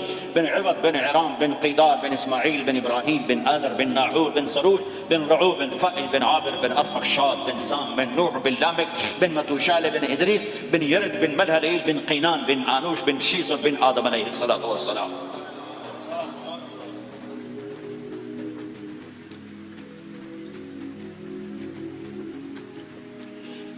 اللہ کا اعلان ہے جہاں رہو اللہ کے نبی کے طریقوں کو پکڑتے رہو۔ اللہ تعالیٰ تک پہنچنے کا بس ایک ہی راستہ ہے، ایک ہی راستہ ہے، ایک ہی راستہ ہے، وہ ہے جناب رسول اللہ صلی اللہ تعالی علیہ وسلم کی مبارک زندگی۔ نقل مار لو، نقل مارنے سے پاس ہو نہیں جاتے لوگ۔ ہمارے انڈیا پاکستان میں خوب نقل چلتی ہے، وہ نقل لگاتے ہیں پاس ہو جاتے ہیں۔ میں بھی ذمہ داروں کی اولاد، پڑھنے کا شوق ہی نہیں تھا، ہمیشہ نقل مار کے ہی پاس ہوئے، کیونکہ پڑھنے کا شوق ہی نہیں تھا۔ ماں باپ نے ڈنڈا چڑھا دیا کہ ڈاکٹر بنانا ہے، ڈاکٹر بنانا ہے، ڈاکٹر بنانا۔ مجھے کبھی زندگی بھر شوق نہیں ہوا کہ میں نے ڈاکٹر بننا۔ بھائیو اپنے نبی کی نقل اتار، اللہ پاس کر دے۔ اس نے ایک چنا ہے جس کو حبیب بنایا ہے، 10,000 سال کا پروسیس ہوا اور اس میں سے محمد مصطفیٰ صلی اللہ علیہ وسلم کی ہستی کو وجود ملا۔ آپ کو آنے میں اتنا زمانہ چاہیے تھا کہ اعلیٰ سے اعلیٰ چیز کے بننے میں دیر لگتی ہے، تو کائنات 10,000 سال گھومی اور تب جا کر میرے حبیب مصطفیٰ صلی اللہ تعالی علیہ وسلم کو اللہ تعالیٰ نے وجود بخشا۔ سب سے عالی نسب، سب سے عالی خاندان، سب سے عالی صفات۔ اب اللہ کے خزانوں سے لینے کا راستہ پاؤنڈ نہیں، ڈالر نہیں ہے، تجارت نہیں ہے، اللہ سے لینے کا راستہ میرے نبی کا طریقہ ہے۔ تجارت میں ہو، زراعت میں ہو، جاب میں ہو، کھیتی باڑی میں ہو، میرے نبی کا طریقہ ایک مسجد کا ہے، نماز۔ 5 وقت کی نماز یہ میرے نبی کی آنکھوں کی ٹھنڈک ہے۔ 5 وقت کی نماز اس امت کی شان پہچان ہے، اور اللہ تعالیٰ نے پہلی امتوں پر اتنی بڑی مشقت ڈالی کہ ان کی نماز مسجد کے علاوہ کہیں نہیں ہوتی تھی، مسجد میں ہی ہوتی تھی۔ ہمارے لیے کتنی آسانی کر دی، جاب میں ہے مصلی بچھا نماز پڑھ، چلو مصلی بھی کوئی نہیں، زمین دیکھ اس پر کوئی گندگی تو کوئی نہیں ہے، بس زمین بھی تیرے لیے پاک ہے، چل نماز پڑھ۔ اور آسانی کر دی، پانی کوئی نہیں ہے، کوئی بات نہیں، مٹی میں ہاتھ مار، منہ پہ مار، پھر ایک ہاتھ مار، یوں کر، چل نماز پڑھ، میں تیری قبول کروں گا۔ یہ کسی امت کے ساتھ یہ نہیں ہوا، انہیں وضو ہی کرنا تھا چاہے پانی 50 میل پر موجود ہو، اور ہمارے لیے پانی کوئی نہیں ہے، چلو تیمم، مٹی میں ہاتھ ہمارا یوں کیا، پھر ہاتھ ہمارا ایک یوں کیا، ایک یوں کیا، چل بھائی اللہ اکبر قبول۔ عمار بن یاسر رضی اللہ تعالیٰ عنہ سفر میں تھے، ان کو نہانے کی ضرورت ہو گئی، نائٹ فال ہو گیا، تو انہوں نے سوچا کہ ویسے تو آدمی کو وضو کی ضرورت ہوتی ہے تو خالی منہ پہ ہاتھ مارا اور کونیوں تک، لیکن مجھے تو غسل کی ضرورت ہے، تو خالی اس سے تو کافی نہیں ہوگا، تو انہوں نے کپڑے اتارے، اکیلے تھے، ریت کے اوپر کبھی یوں لیٹے، کبھی یوں لیٹے، کبھی یوں لیٹے، 3-4 دفعہ یوں اور یوں رول ہوتے ہوتے پھر انہوں نے نماز پڑھی۔ آئے اللہ کے نبی کے بارگاہ میں، یا رسول اللہ مجھے رات کو نہانے کی ضرورت پڑ گئی، تو میں نے کہا وضو کے لیے تو خالی یہ 2 دفعہ کرنا کافی ہے، تو یہ تو نہانا تھا، تو میں تو ریت میں خوب رول ہوتا رہا۔ میرے نبی نے انما یکفیک ضربتان، ارے سیدھے بندے عمار، اس کے لیے بھی اتنا ہی کافی تھا کہ تو یوں کرتا اور یوں کرتا اور تو پاک ہو جاتا۔ اللہ نے اس نبی کے طفیل، اس محبوب مصطفیٰ صلی اللہ علیہ وسلم کے طفیل، اللہ نے کیا کیا سہولتیں اور آسانیاں ہمیں عطا فرمائیں۔ پھر نماز 4 کی 2 رکعت کر دی، کہ تم مسافر ہو 2 پڑھو، روزے میں سفر میں روزہ معاف کر دیا، بعد میں رکھ لینا، بعد میں رکھ لینا، قضا کرنے کو حکم، بالکل چھوڑنے کا نہیں، اور کہا کہ بھائی مریض ہو چھوڑ دو، مسافر ہو چھوڑ دو، اور نماز 2 رکعت کر دو، سنتیں چھوڑ دو۔ ابن عمر رضی اللہ تعالیٰ عنہ بیٹھے تھے تو انہوں نے 2 رکعت پڑھ کے بیٹھ گئے، تو ان کے خادم نے کہا سنتیں نفل نہیں پڑھو گے؟ کہا اگر پڑھنا تو 4 فرض پڑھتا میں، میرے اللہ نے معافی دے دی تو میں کیوں پڑھوں؟ میرے نبی نے سفر میں سنتیں نہیں پڑھی کبھی، اپنی امت کو سہولت دینے، فجر کی سنتیں 2 پڑھتے تھے، اس کے علاوہ سنتیں نہیں پڑھی تاکہ میری امت کو سہولت ہو، آسانی ہو۔ ایک دفعہ بارش ہو رہی تھی اور کوئی جگہ نہیں تھی نماز پڑھنے کے لیے، تو آپ نے اپنے اونٹنی کو آگے کیا اور اس پر بیٹھ گئے، بیٹھے ہی تھے، پیچھے صحابہ نے اونٹنیوں پر ہی صفیں بنائی اور یہ نماز اونٹنی پہ بیٹھ کر ادا کی گئی۔ بارش کے اندر نماز اونٹنی کے اوپر نماز بھی ہو گئی، رکوع بھی ہو گیا، سجدہ بھی ہو گیا، سلام بھی ہو گیا۔ پہلی امتوں کے لیے نہیں تھا، سجدہ ہی کرنا پڑے گا۔ یہ اللہ کے محبوب مصطفیٰ صلی اللہ تعالی علیہ وسلم کی توفیل، میرے اللہ نے ہم پہ فضل و احسان کیا، تو میرے نبی کی زندگی میں عبادات میں نماز سب سے اعلیٰ نظر آتی ہے، سب سے نمایاں نظر آتی ہے۔ اور پھر بازار میں، گھر میں، دفتر میں، ماحول میں میرے نبی کے اخلاق، یہ زندگی کا دوسرا روشن پہلو ہے۔ میرے نبی کی ساری زندگی 2 لفظوں میں آتی ہے، عبادت اخلاق، عبادت اخلاق، یا تو اور لفظ حقوق اللہ حقوق العباد، حقوق اللہ حقوق العباد۔ حقوق اللہ میں نماز سب سے اعلیٰ، اور حقوق العباد میں لوگوں کی برداشت کرنا، لوگوں سے درگزر کرنا، معاف کرنا، جھوٹ سے بچنا، دھوکے سے بچنا۔ میرے نبی سے پوچھا گیا یا رسول اللہ مسلمان کنجوس ہو سکتا ہے؟ آپ نے کہا ہو سکتا ہے۔ یا رسول اللہ مسلمان کمزور ہو سکتا ہے، بزدل ہو سکتا ہے، ڈرپوک ہو سکتا ہے؟ آپ نے کہا ہو سکتا ہے۔ یا رسول اللہ مسلمان جھوٹ بول سکتا ہے؟ آپ نے کہا نہیں، جھوٹ نہیں بول سکتا، جھوٹ نہیں بول سکتا۔ ہے میرے نبی نے فرمایا میرا امتی ہر گناہ کر سکتا ہے پر ایک جھوٹ نہیں بولے گا، ایک دھوکہ نہیں دے گا۔ لیکن پوری دنیا میں سب سے زیادہ جھوٹ بولنے والا اور دھوکہ دینے والا وہ اس امت کا فرد بن چکا ہے۔ سب سے زیادہ دھوکہ دینے والے ہم بن گئے، سب سے زیادہ جھوٹ بولنے والے ہم بن گئے۔ اور میرے نبی نے فرمایا تھا کہ مسلمان جھوٹ نہیں بولتا، دھوکہ نہیں دیتا، ہر گناہ کر سکتا ہے، جھوٹ نہیں بولے گا، دھوکہ نہیں دے گا۔ یہ میرے نبی کی زندگی کا دوسرا پہلو ہے کہ سچائی پہ جمو، چند پیسے بچانے کے لیے جھوٹ بولنا، ٹیکس بچانے کے لیے جھوٹ بولنا، کتنے پاؤنڈ بچا لو؟ ادھر تمہارے سامنے سچ روشن کھڑا ہوا ہے، میرے نبی نے کہا صدق ینجی والکذب یہلک۔ ادھر جھوٹ کھڑا ہے، ادھر جھوٹ کے ساتھ 4 پاؤنڈ بچیں گے، ادھر سچ کے ساتھ اللہ ملے گا، لے لو جو لینا ہے لے لو۔ ہاں، الا لعنت اللہ علی الکاذبین، جھوٹوں پہ اللہ کی لعنت۔ اس لعنت کے ساتھ 400 پاؤنڈ بچا لیے، 4000 بچا لیے، 4 ملین بچا لیے، 4 بلین بچا لیے، 4 ٹریلین بچا لیے، ساری دنیا کو بچا لیا، اور اوپر اللہ کی لعنت پڑی تو اللہ کی قسم گھاٹے کا سودا ہے۔ اور سچے ہو گئے، سچ بولا، یہ میں 100 پاؤنڈ کماتا ہوں، لے لو جو لینا ہے اس میں سے، یہ میں 1000 پاؤنڈ کماتا ہوں، لے لو جو لینا ہے، یہ میں 50,000 پاؤنڈ کماتا ہوں، لے لو جو لینا ہے۔ کہ مسلمان کی زبان سے جھوٹ نہیں نکلتا، سچ ہی بولتا ہے۔ آپ تشریف لے جا رہے ہیں، ایک آواز ہے یا رسول اللہ، آپ نے یوں دیکھا، کوئی نظر نہیں آیا، پھر آواز ہے یا رسول اللہ، تو آپ نے دیکھا کہ ہرنی ڈیئر چھوٹی وہ کھڑی ہوئی رسی میں بندھی، تو آپ نے کہا کیا ہوا؟ کہا جی آپ کا صحابی مجھے پکڑ کے لایا ہے، میرے چھوٹے چھوٹے بچے بھوک سے رو رہے ہوں گے، آپ مجھے چھوڑ دیں، میں بچوں کو دودھ پلا کے واپس آ جاتا، مجھے پتا ہے میری اللہ کی تقدیر میرے بارے میں کیا ہے۔ تو آپ نے کہا اگر تو واپس نہ آئی تو پھر؟ تو اس نے کہا مجھے اللہ جہنم میں ڈالتا۔ آپ نے اس کی رسی کھول دی، خود وہیں بیٹھ گئے، اس نے دوڑ لگائی اور پہاڑوں میں گم ہو گئی۔ تھوڑی دیر کے بعد وہ دوڑتی آئی اور آ کے سر یا رسول اللہ میں حاضر ہو گیا۔ تو آپ نے اس کو باندھ کے وہیں آپ بیٹھ گئے نہیں۔ دیر کے بعد وہ صحابی آئے جنہوں نے اس کو شکار کیا تھا، پکڑا تھا، تو کہنے لگے، ان کا یا رسول اللہ آپ یہاں کیسے؟ کہ میں ایک درخواست لے کر آیا ہوں۔ کہ کیا؟ کہ یہ ہرنی مجھے ہدیہ کر دے۔ کہ یا رسول اللہ سب کچھ آپ کا ہے، میں بس یہ ہدیہ کر دیتا۔ یا رسول اللہ حاضر۔ تو آپ نے اس کو لے کر رسی اس کی گردن سے نکالی کہ جا بچی اپنے بچوں کے پاس جا کے خوشی منا۔ سچ نجات دیتا ہے اور جھوٹ ہلاک کرتا ہے۔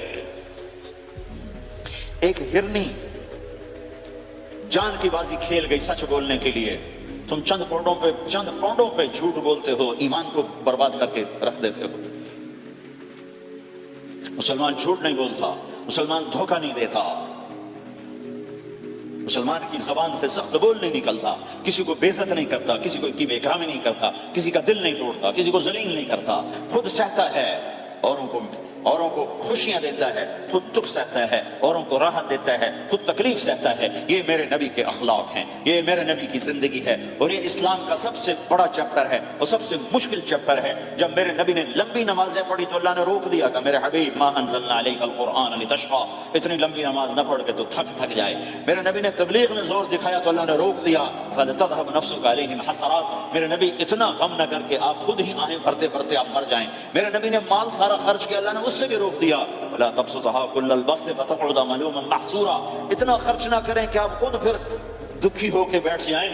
خرچ کرنا بہت بڑا عمل. تبلیغ سب سے سارے عملوں کا سردار عمل. تبلیغ سے بڑا کوئی کام ہوتا تو اللہ نبیوں کو دیتے. اگر تبلیغ سے بڑھ کر کوئی کام ہوتا تو اللہ نبیوں کو دیتا. گشت سے بڑھ کر کوئی محنت ہوتی تو اللہ نبیوں کو دیتا. 950 سال نوح علیہ السلام گشتی کر رہے ہیں. اور اللہ کی مان لو, اللہ کی مان لو. اتنا عظیم عمل کا میرے نبی درمیانہ. نماز سب سے بڑی عبادت, میرے نبی درمیانہ کام. لیکن جب میرے نبی نے اخلاق اچھے کیے, دشمن کو معاف کرنا. لیکن ایک آدمی آپ سوئے ہوئے تھے, آپ کی تلوار لٹکی تھی, ایک آدمی آیا, اس نے آپ کی تلوار اتاری اور یوں ماری پسلی میں. آپ اٹھ کے بیٹھ گئے. اب وہ قتل کے ارادے کے لیے آ چکا ہے اور تلوار یہاں ہے. کہتا من یمنعک منی, اب بول تمہیں کون بچائے گا؟ تو آپ نے مسکراتے ہوئے کہا اللہ. تو اس کے ہاتھ سے تلوار گر پڑی. تو آپ نے اٹھا لی, آپ نے یوں سیدھی کی, اب تو بچا, تجھے کون بچائے گا؟ کہنے لگا مجھے تو ہی بچائے گا. وہ تو اللہ کو جانتا نہیں تھا. کہا بابا مجھے تو ہی بچائے گا. تو آپ کہتے ہیں اس کا سر اڑا دو, یہ نبی کو قتل کرنے آیا ہے. میرے نبی نے فرمایا کلمہ پڑھتے ہو؟ کہا نہیں پڑھتا. کہا جاؤ معاف کیا. یہ میرے نبی کے اخلاق ہیں. 20 سال جنہوں نے قتل کے منصوبے بنائے, قتل کے منصوبے, مکہ والے. جب آپ مکہ میں فاتحانہ داخل ہوئے, ابو سفیان سب سے زیادہ آپ کو دکھ پہنچانے والوں میں پیش. تو آپ نے ابو سفیان کو عزت دی. جو ابو سفیان کے گھر میں داخل ہوگا اس کو کچھ نہیں کہا جائے گا. آپ تو ابو سفیان کو بلا کے سولی پہ لٹکاتے, اور آپ کہہ رہے ہیں جو ابو سفیان کے گھر میں جائے گا اسے کچھ نہیں کہا جائے گا, جو بیت اللہ میں ہوگا اسے کچھ نہیں کہا جائے گا. سارا مکہ سامنے, آپ یوں بیت اللہ کا دروازے پر یوں دونوں ہاتھ ایسے ٹکا کے کھڑے تھے. پھر آپ نے کہا میں کیا کروں گا اب تمہارے ساتھ؟ تو سہیل بن عمر نے کہا آپ کریم ہیں, کریم کے بیٹے ہیں. تو آپ نے کہا جاؤ میں نے معاف کیا. یہ اخلاق آج مٹ چکے ہیں. مردوں سے, عورتوں سے, علم والوں سے, خانقاہ والوں سے, تبلیغ والوں سے, سب زیرو ہوئے پڑے ہیں. جب تک یہ اخلاق زندہ نہیں ہوتے اسلامی زندگی قائم نہیں ہو سکتی, اسلامی معاشرت قائم نہیں ہو سکتی. اور دین 2 چیزوں سے آگے پھیلتا ہے, ایک دعوت اور ایک اخلاق. دعوت اور اخلاق. دعوت نہیں ہوگی تو اخلاق نہیں, پڑے رہ جائیں گے. اخلاق نہیں ہوگے تو دعوت کوئی قبول نہیں کرے گا. میرے نبی نے کتنے معجزے دکھائے مکے میں, نہیں کلمہ پڑھا. بدر میں ان کے 70 مارے گئے, فرشتوں کو دیکھا, جبریل کے گھوڑے کی آواز سنی, کلمہ نہیں پڑھا. خندق میں شکست ہوئی, کلمہ نہیں پڑھا. پانی نکلتے دیکھا, انگلیوں سے, کلمہ نہیں پڑھا. ایک بکرے کا ایک بازو پکایا, ایک بازو بکرے کا, ایک اگلا جو بازو ہوتا, اور 40 آدمیوں نے کھانا کھایا اور ایک بوٹی کم نہیں ہوئی, کلمہ نہیں پڑھا. لیکن جب میرے نبی نے کہا جاؤ معاف کیا تو سارے ہی کلمہ پڑھ گئے کہ واقعہ یہ اخلاق نبی کے ہو سکتے. حنین کی جنگ میں جب بھاگے لوگ, شکست ہوئی, تو ایک صحابی کا بھاگتے ہوئے پاؤں ہمارے نبی کا پاؤں پر آیا, اور جوتا سخت تھا. تو آپ نے کہا اوجعتنی, اور آپ کے ہاتھ میں چھڑی تھی, آپ نے اس کو یوں ماری, اوجعتنی, ارے تو نے مجھے کتنا زیادہ درد پہنچایا, دکھ پہنچایا. وہ بیچارے پگھل کے رہ گئے اور پریشان ہو گئے. کہنے فرماتے ہیں سارا دن میں پریشان, ساری رات پریشان کہ اللہ کے نبی کو میں نے تکلیف پہنچائی, اب میرا کیا بنے گا. اگلا دن ہوا تو اعلان ہو رہا تھا بھائی جس کا پاؤں نبی کے پاؤں پہ آیا تھا اس کو اللہ کے نبی بلا رہے ہیں. تو صحابی کہنے لگے میں نے سمجھا بس اب میری تو دنیا بھی گئی اور آخرت بھی گئی, اب میرے اوپر کیس بنے گا اور مجھے ڈانٹ ڈپٹ بھی ہوگی, میرا کتنا بڑا گھاٹا نقصان ہوگا. یہ حاضر ہوئے ڈرتے ڈرتے. تو آپ نے فرمایا میرے بھائی کل میں نے تمہیں چھڑی ماری تھی, وہ مجھے معاف کر دینا, اور یہ 80 اونٹ تمہیں ہدیہ دیتا ہوں, 80 کیملز یعنی 80 پراڈو, 80 رینج روور کا یہ میری طرف سے تمہیں ہدیہ ہے. وہ حیران پریشان, یہ میرے نبی کے اخلاق ہیں, یہ میرے نبی کے اخلاق ہیں. کانٹے بچھانے والی نے 4 دن آنا چھوڑ دیا, بیمار ہو گئی تھی. تو ہم نے کیا بات ہے, ہمارے راستے میں اب کانٹے کوئی نہیں ہے. کہا جی وہ بیمار پڑی ہے جو کانٹے بچھاتے تھے. تو آپ اس کے گھر چلے گئے, ماں جی خیریت تو ہے, آپ ٹھیک تو ہیں؟ کہا بیٹا مجھے کلمہ پڑھا دے, بس تیرے اخلاق نے مجھے فتح کر لیا ہے. میرے بھائیوں یہ چیپٹر بھول چکے ہیں.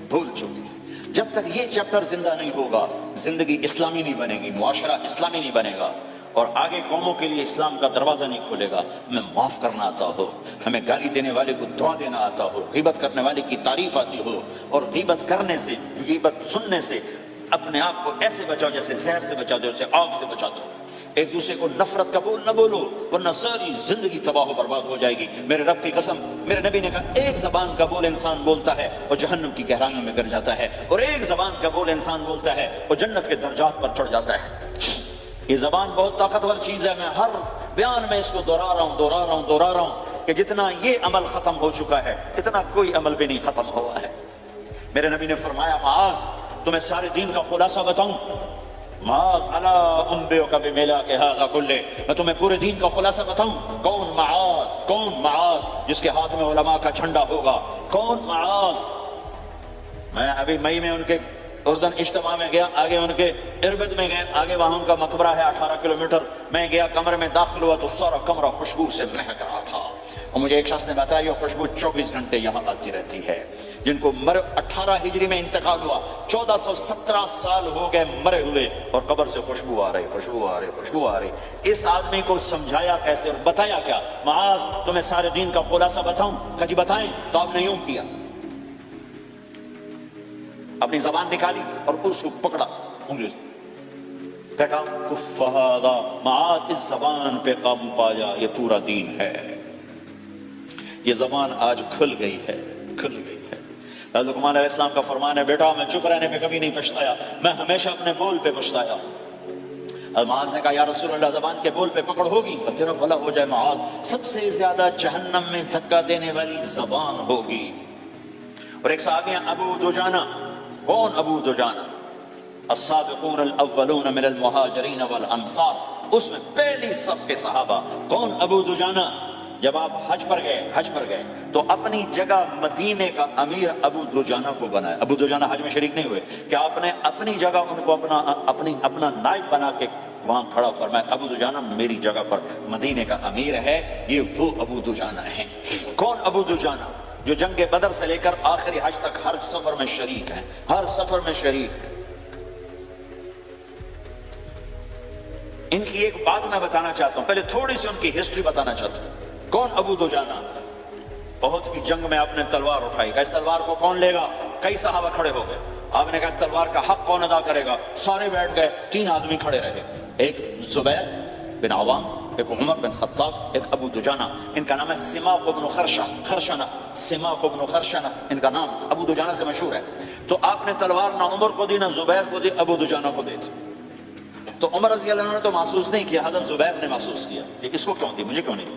میں مہاجرین میں سے ہوں، میں پھوپھی کا بیٹا ہوں، میں اس سے دلیری میں کم نہیں ہوں۔ بلکہ حضرت زبیر کی دلیری کی تو دھاک تھی، جدھر سلوار چلتی تھی کاٹتی چلی جاتی تھی، کہنے میں دیکھوں گا یہ کیا کرتا ہے۔ تو ابو دجانہ کے پیچھے زبیر کو لیے، تو ابو دجانہ نے جو حملہ کیا تو 3000 کا لشکر تھا، اس کو چیر کے پار نکل گیا، پورے لشکر کو کاٹ کے پار نکل گیا۔ اور آگے عورتیں کھڑی تھیں جو مکے کے لشکر کو تیار کر رہی تھی، نحن بنات طارق نمشی علی النمارق مشی القتل البوارق المسک فی المخالق المسک فی المفارق والضر فی المخالق ان تقبلوا نعانق وتدبروا نفارق فراق غیر وامق، یہ گانا گا رہی تھی اور ان کو تیار کر رہی تھیں۔ تو جب ابو دجانہ کی تلوار نظر آئی تو سب بھاگی، ہندا پکڑی گئی، تو آپ نے یوں اپنی تلوار ہندا کے سر پر رکھی، انہوں نے چیخ ماری، تلوار ہٹا لی۔ تو زبیر پیچھے کہ یہ کیا کیا؟ جنگ میں اگر کوئی عورت حصہ لے اسے مارنا جائز ہے، ویسے جائز نہیں ہے، عورت کو، بچے کو، بوڑھے کو ہاتھ لگانا جائز نہیں ہے۔ تو انہوں نے کہا تلوار کیوں نہیں چلائی؟ کہا میرے محبوب کی تلوار ہے، عورت کے خون سے رنگین کر کے اس کی شان نہیں گھٹانا چاہتا، یہ میرے نبی کی تلوار۔ پھر واپس ہوئے، پھر اٹیک کیا اور پھر مجمع کو چیر دیا۔ سامنے ایک آدمی آ رہا تھا ہاتھی کی طرح، اتنا لمبا موٹا تازہ۔ تو زبیر کہنے لگے میرے جی میں آیا کبھی اس کی ٹکر ہونا، پھر میں دیکھوں ابو دجانہ کیا چیز ہے۔ تو اللہ کا کرنا ایسا ہوا، ابو دجانہ دونوں آمنے سامنے ہو گئے۔ تو ایسے شاہ سوار تھے کہ دونوں طرف کے لشکر ذرا تھم گئے اور دونوں بھڑ گئے۔ ابو دجانہ کے اپنے جوہر، اس پہلوان کے اپنے جوہر، غبار اٹھا، مٹی اٹھی، اور اس کی اپنی طاقت، ان کی اپنی طاقت، انہوں نے ابو دجانہ کو اس نے زخمی کر دیا۔ ابو دجانہ نے جو جوش میں آ کے ماری تلوار، اس کو لگی یہاں، تو اتنی طاقت سے لگی کہ اس کے نیچے اتر کر 2 ٹکڑوں میں تقسیم کر دی، یوں ماری، ایک حصہ ادھر ایک حصہ۔ پھر یوں دیکھا اور اپنے چہرے سے لوہے کی ٹوپی اتاری، اما ترى انا ابو دجانہ، کیا دیکھ رہے ہو؟ میں ہوں ابو دجانہ، تلوار صحیح لی ہے میں نے، غلط نہیں لی۔ یہ ابو دجانہ ہے۔ اور جب شکست ہو گئی احد کی جنگ میں اور پھر 10-12 آدمی نے آپ کو گھیرے میں لیا ہوا تھا. ان میں ایک ابو بکر تھے، عمر تھے، علی تھے، طلحہ تھے، زبیر تھے، سعد بن ابی وقاص تھے، اور سہل بن حنیف تھے، عبادہ قتادہ بن نعمان تھے، اور ابو دجانہ تھے رضی اللہ تعالی عنہم. ان میں سے ایک ابو دجانہ بھی تھے. اور یمامہ کی جنگ میں ابو دجانہ شہید ہوئے. یمامہ کی جنگ میں شہید ہوئے. یہ ابو دجانہ کی تھوڑی سی سیرت آپ کے سامنے آئی ہے. اس کے بعد اب آپ ان کے قول کو سنو تاکہ اس کا وزن آپ کے سامنے آئے. یہ بدر کے شریک ہیں. اللہ کے نبی نے کہا بدر کا صحابی جو مرضی کرے بخشا گیا. یہ صلح حدیبیہ کے شریک ہیں. اللہ نے قرآن میں کہا لقد رضی اللہ، میں ان سے راضی ہو گیا. یہ صحابی ہیں. اللہ نے کہا کلا وعد اللہ الحسنی، اے میرا نبی تیرے ہر صحابی کے لیے جنت کا وعدہ ہے. اور اب یہ کیا کہتے ہیں؟ یہ کیا کہتے ہیں لوگوں؟ ان ارجع عملی عند، لوگوں میرے پاس، ابو دجانہ میرے پاس بخشش کا سب سے بڑا عمل جانتے ہو کیا ہے؟ بدر نہیں، احد نہیں، حدیبیہ نہیں، خندق نہیں، خیبر نہیں، فتح مکہ نہیں، آخری حج نہیں. کیا ہے؟ کیا ہے لوگوں؟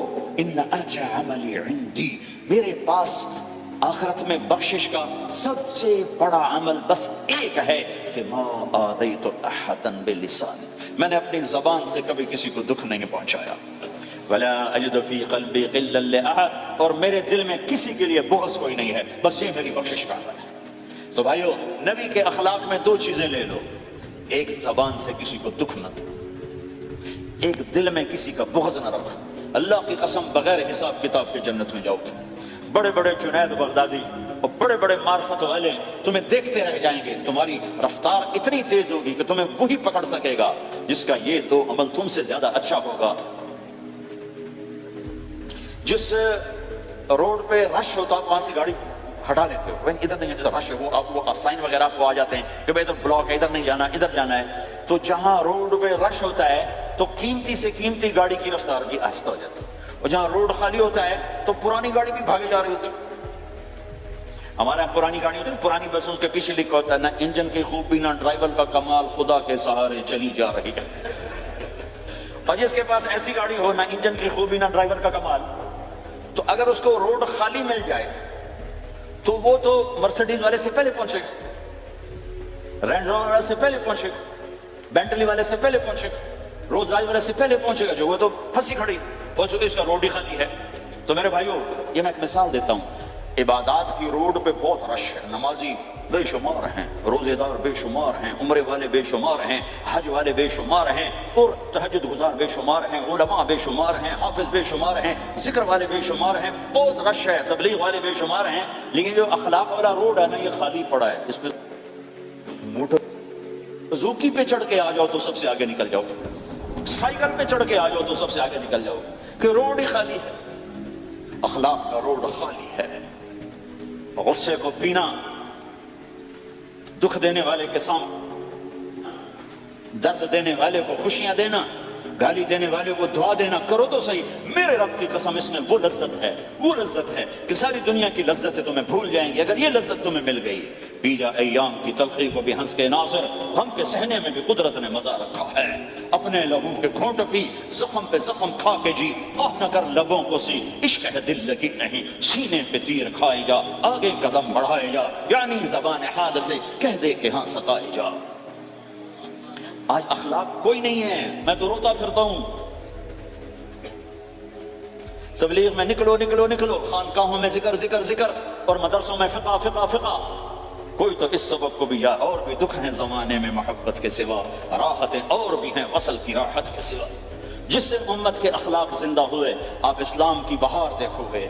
اگر اپنے گھر میں خوشیاں لانا چاہتے ہو تو اللہ کی قسم بڑے گھر سے نہیں آئے گی. کوئی 5 لاکھ پاؤنڈ کی گاڑی سے خوشی نہیں آئے گی، کوئی بہت بڑا عالیشان بنگلہ بنانے سے خوشی نہیں آئے گی. تمہارے اخلاق سے گھر میں خوشی آئے گی. اگر بیوی کا سلوک تمہارے ساتھ اچھا ہے، تمہارا سلوک بیوی کے ساتھ اچھا ہے، اس گھر میں خوشی ہے.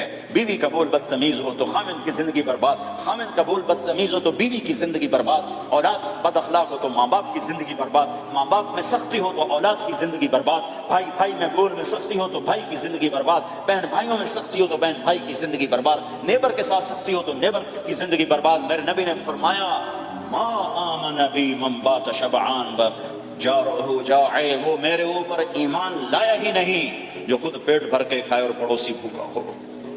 واللہ لا یؤمن واللہ لا یؤمن واللہ لا یؤمن. 3 دفعہ اللہ کی قسم ایمان والا نہیں، اللہ کی قسم ایمان والا نہیں، اللہ کی قسم ایمان والا نہیں۔ کون یا رسول اللہ؟ الذی لا یأمن جارہ بوائقہ، جو پڑوسیوں کو تنگ کرے وہ ایمان والا نہیں ہے۔ میرے بھائیوں یہ چیپٹر مٹ چکا ہے، کہیں نہیں دیکھنے کو ملتا ہے۔ ایسا نہیں کہ دنیا خالی ہو گئی ہے، لیکن 1 کروڑ میں 1 ملا تو کیا ملا، 1 کروڑ میں بھی 1 نہیں ملتا۔ میں بڑے لمبے سفر کر کے اس نتیجے پر پہنچا ہوں کہ 1 کروڑ مسلمان اکٹھے کروں، اس میں لاکھوں تہجد گزار ہوں گے، لاکھوں 5 وقت کے نمازی ہوں گے، اس میں لاکھوں عمرے حج کرنے والے ہوں گے، اس میں لاکھوں علماء حفاظ ہوں گے، لیکن شاید اخلاق والا ایک بھی نہ۔ اپنی زندگی کو اگر سکھ دینا ہے، چیزوں کے پیچھے نہ دوڑو، اخلاق بناؤ۔ مقدر کی چیزیں ملیں گی، کمائیوں میں حلال لاؤ، حرام سے بچو، سچ پہ آؤ، جھوٹ سے بچو، دھوکہ نہ دو کسی کو، ورنہ زندگی ویران ہو جائے گی۔ ٹیکس بچانے کے لیے جھوٹ نہ بولو، ورنہ دل کالا ہو جائے گا۔ جھوٹ پیسے کی خاطر، لعنت ہے اس دولت پر، لعنت ہے اس ملک پر۔ ہے کیا مثالیں اس امت نے قائم کی ہیں، اچھوں سے برے، بروں سے اچھے ہمیشہ پیدا ہوتے چلے آئے۔ یزید فاسق، فاجر، ظالم، 3 بر اعظم کی حکومت چھوڑ کے مر رہا ہے، 34 سال کی عمر، اور بعض آتا ہے 38 سال کی عمر، 40 سال کو نہیں پہنچا، 40 سال سے پہلے مر گیا۔ اس کا بیٹا معاویہ بن یزید رضی اللہ تعالیٰ عنہ، 3 بر اعظم کی حکومت، 3 بر اعظم کی حکومت، 40 دن حکومت، 40 دن۔ پھر اپنے سارے خاندان کو اکٹھا کیا اور کہا دیکھو لوگو، جس حکومت کے نیچے حسین کا خون گرا ہو، میں اس حکومت پہ لعنت بھیجتا ہوں۔ یہ ہے تمہاری حکومت، جس کو مرضی دے دو، مجھے نہیں چاہیے۔ 3 بر اعظم کی حکومت چھوڑ دی، صرف 22 سال کی عمر میں، 22 سال کی بھرپور جوانی کی عمر میں حکومت کو لات مار دی۔ میں چند پاؤنڈ کے لیے سچ کو لات مار دوں، میں چند پاؤنڈ کے لیے انسانوں کو دھوکہ دوں؟ تو بھائیو سچ کے عادی بنو۔ بڑا عالی خلق ہے سچ بولنا، بڑے عالی اخلاق ہیں لوگوں کو نفع پہنچانا، لوگوں کے سامنے میٹھا بنو، کڑواہٹ اندر رکھو، مٹھاس تقسیم کرو، پوری دنیا میں دین زندہ ہوگا۔ اس نقل و حرکت، یہ دعوت کی نقل و حرکت، میں بولٹن میں آج سے 31 سال پہلے بھی آیا تھا، 20 آدمی نہیں اکٹھے کر سکے تھے ہم، سارے دن کے گشتوں کے بعد۔ ایک گرجا مسجد تھا اس وقت، تو ہم کو 50 آدمی اکٹھے نہیں کر سکے تھے۔ آئیے ہزاروں کا مجمع ہے، اس کے پیچھے پتہ نہیں کتنی محنتیں ہوئی ہیں، تب جا کر یہ رنگ بنا ہے، اس لیے کہ شکل بنی ہے، اس میں رنگ بھرنے کی ضرورت ہے، اور وہ ہے میرے نبی کے اخلاق، میرے نبی کی مبارک زندگی، جس میں درگزر، جس میں معاف کرنا، جس میں میٹھا بول، جس میں چھوٹا بن جانا اور دوسرے کو بڑا بنانا، جس میں سچ بولنا، جس میں دھوکے سے بچنا۔ یہ مسلمان کی شان ہے۔ تو ہمارے تو نوجوان یہاں کی لڑکیوں کو دھوکہ دیتے ہیں، پیپر بنانے کے لیے یہاں کی لڑکیوں سے شادی کرتے ہیں، ان کی زندگیاں برباد کر دیتے ہیں، اپنا ایمان خراب کرتے ہیں، ان کی زندگی خراب کرتے ہیں۔ مسلمان ہی دھوکے باز بن جائے تو لوگوں کو راہبری کون دے گا؟ راہبر کون بنے گا؟ تو میرے بھائیو، اللہ اس کے رسول کو ڈھونڈنے کے لیے یہ تبلیغ کی محنت ہے۔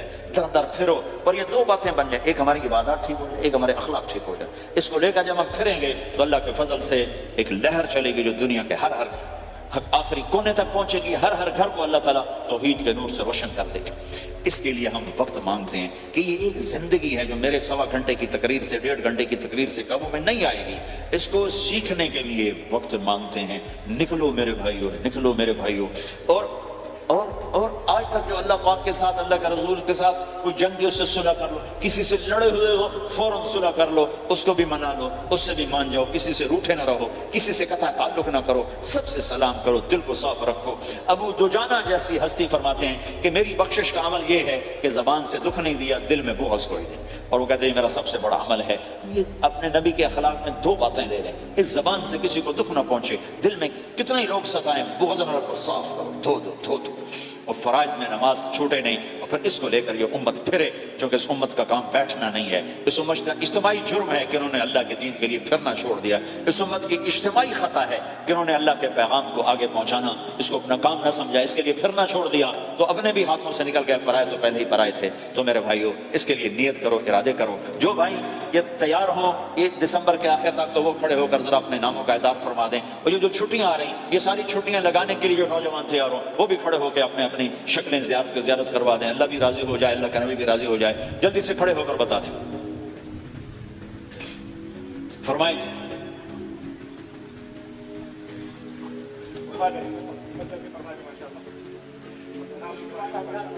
بولو بھائی، یہ چھٹیاں تو ماشاءاللہ ہوتی ہیں، اس میں نوجوانوں کو نکلنا چاہیے۔ اکثر نوجوان بیٹھے ہیں، اٹھو بھائی،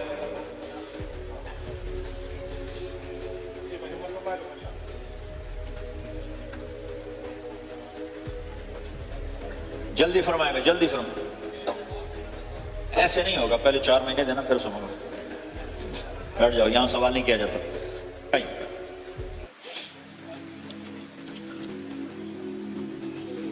جلدی سے بتائیں بھائی، جلدی سے بتائیں بھائی، ان چھٹیوں میں کون نکلے گا اللہ کے راستے میں؟ ان چھٹیوں میں جو نوجوان تیار ہوں کھڑے ہو جائیں، ان چھٹیوں میں جو تیار ہیں چھٹیاں لگانے کے وہ کھڑے ہو جائیں۔ چھٹیاں اللہ کے راستے میں۔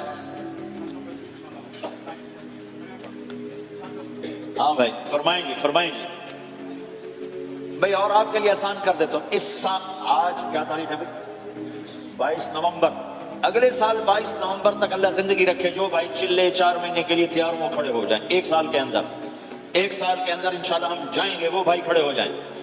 1 سال کے اندر انشاءاللہ ہم نے جانا ہے، ترتیب بنانی ہے، وہ کھڑے ہو جائیں۔ زندگی میں جو کہیں گے ہم نکلیں گے وہ بھی کھڑے ہو جائیں۔ چلو سارے بیریئر ہٹا دیتا ہوں، لو بھائی سب کی تشکیل ہو گئی۔ بیٹھ جاؤ بھائی، ماشاءاللہ بیٹھ جاؤ بھائی، بیٹھ جاؤ، بیٹھ جاؤ۔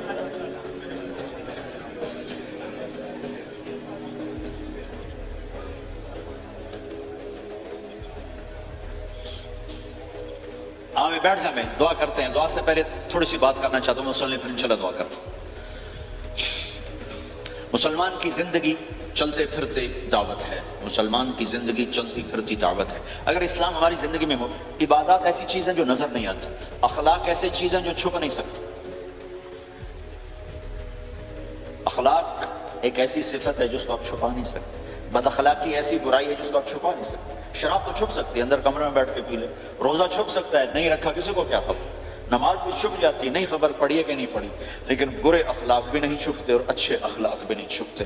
ایک اچھے اخلاق خوشبو کی طرح مہکتے ہیں اور برے اخلاق گندگی کی طرح بدبو چھوڑتے ہیں۔ ہمارا معاشرہ اسلامی اس وقت بنے گا جب ہمارے اخلاق عالی ہوں گے، تو یہ نقل و حرکت اس کو طاقت پہنچائے گی۔ یہ گھر بیٹھنے سے چیز نہیں آئے گی بھائی، پھرنا پڑے گا، دھکے کھانے پڑیں گے۔ لیکن ان دھکوں میں بھی اللہ نے بڑی لذت رکھی ہے، بہت عجب نشہ ہے اس کا۔ جنید جمشید مجھے پہلی دفعہ ملا 97، جب وہ بہت بڑا اس وقت تھا، وہ لیجنڈ گلوکار، تو اس نے مجھ سے کہا کہ مولانا جس گلیمر کو پاکستانی نوجوان خوابوں میں دیکھتے ہیں وہ گلیمر مجھے فزیکلی حاصل ہے، لیکن میرے اندر اندھیرا ہے، روشنی نہیں، خالی ہے۔ کیوں؟ میں نے کہا تمہارے سیدھے گھٹنے میں درد ہو، تم الٹے گھٹنے میں دوا لگاؤ تو فائدہ ہوگا کہ نہیں؟ میں کہا اندھیرا تمہاری روح میں ہے اور تم روشن کر رہے ہو جسم کو، کبھی میوزک سے، کبھی کسی چیز سے، کبھی کسی چیز سے۔ تو عورت، شراب، میوزک، ان کا روح میں کوئی واسطہ ہی نہیں، یہ روح تک جاتی نہیں، ان کی پینیٹریشن جسم تک ہے اور جسم کو کنٹرول روح کرتی ہے۔ جب روح میں بھوک اٹھتی ہے تو وہ پریشانی میں کی شکل میں ظاہر ہوتی ہے۔ تم اللہ سے تعلق بنا لو، یہ سب کچھ ٹھیک ہو جائے گا۔ پھر اس نے 3 چیزیں شروع کی ہے تو اس کو مجھے فون آیا، ہمارا ایک شہر ہے چھوٹا سا، زلزلے میں ختم ہو گیا تھا بالاکوٹ، تو اس کو مجھے وہاں سے فون آیا کہ مولانا میں ایک پرانی مسجد میں ایک پھٹی ہوئی چٹائی پر لیٹا ہوا ہوں اور جس سکون کو میں 5 سٹارز ہوٹل میں دیکھتا تھا، ڈھونڈتا تھا، وہ آج مجھے یہاں مل چکا ہے اور مجھے یوں لگتا ہے میں ہوا میں اڑ جاؤں گا، ہوا میں اڑ جاؤں گا۔ کیا ہوا کہ اللہ سے تعلق بنا اور روح میں سکون آ گیا، ٹھنڈک آ گیا۔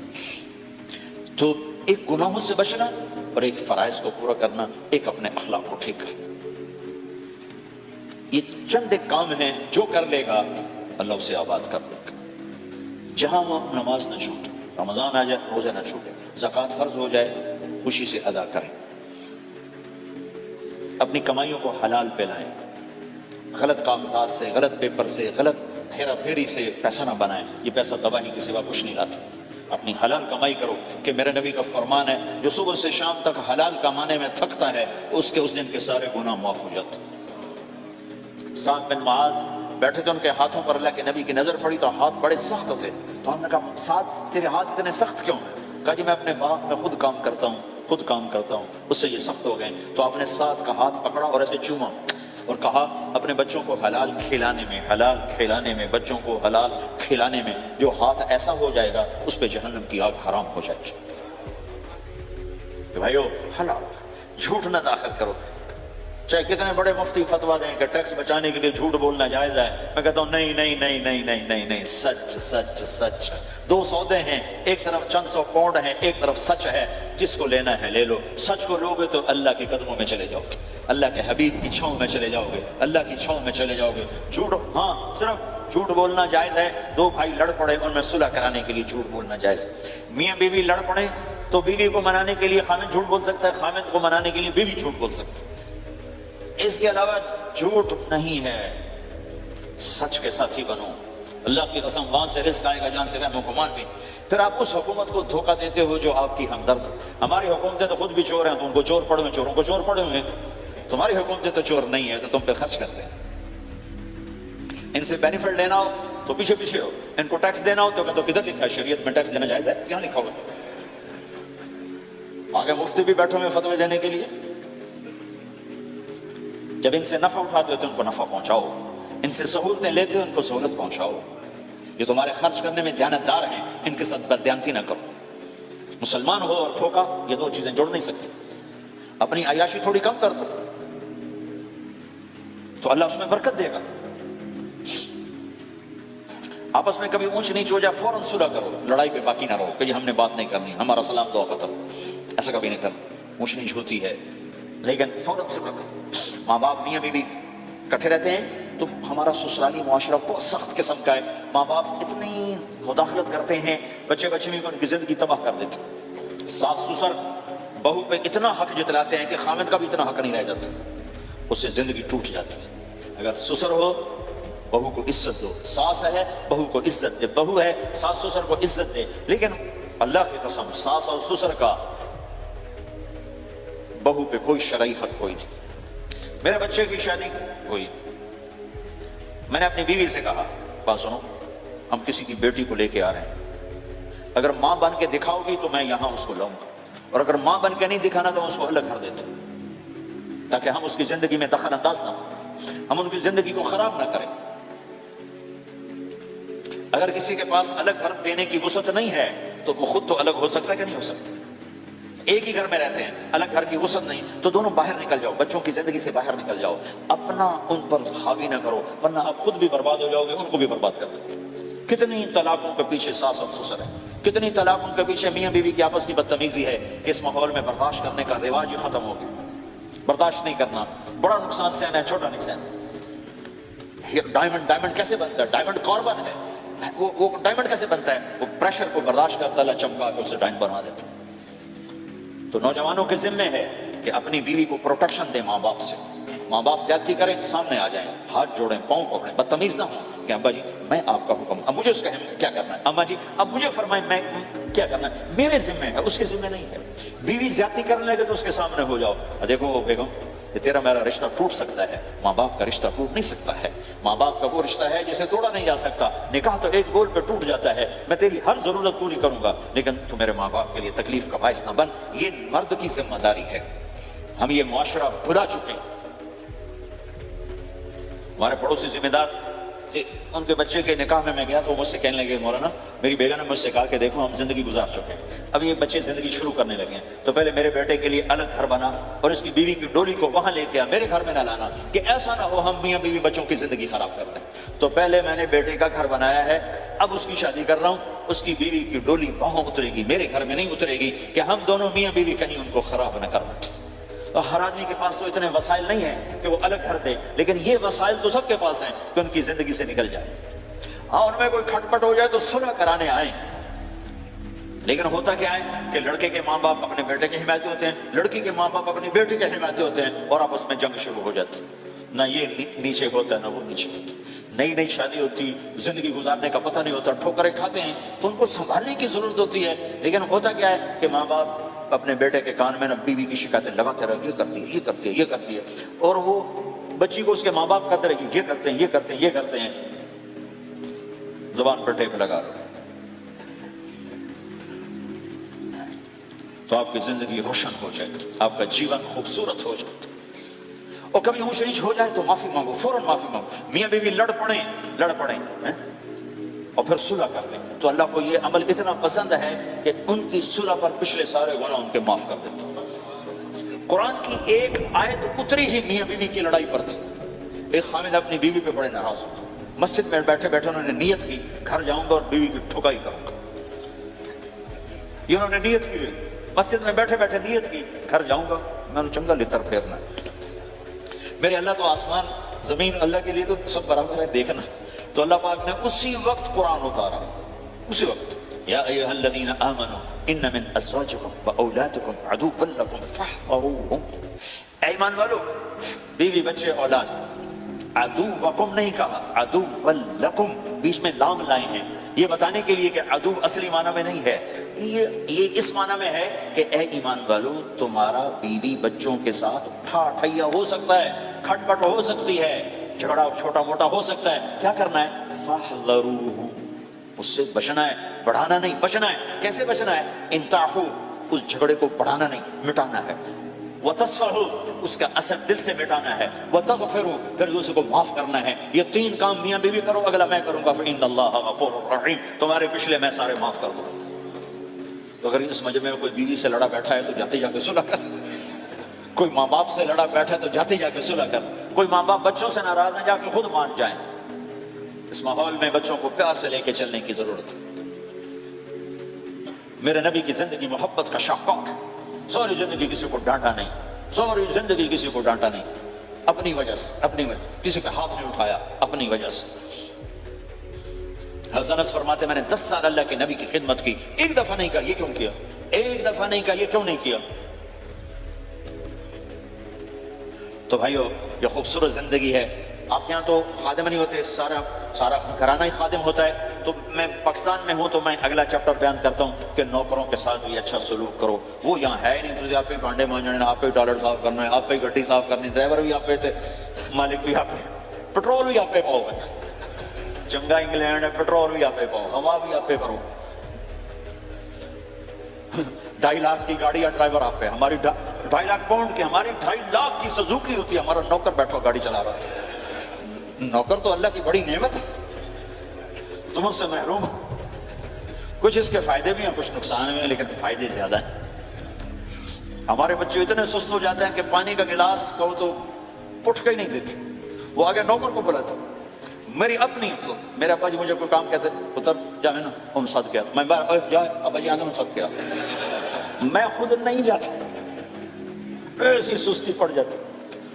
یعنی تمہیں اپنی حماقت بتا رہا ہوں، سردی میں لیٹا ہوا تھا تو میری رضائی گر گئی، تو میں نے باہر سے نوکر بلایا، میں کہا بشیرہ او جی اور آمینہ، رضائی میرے اتنے پا،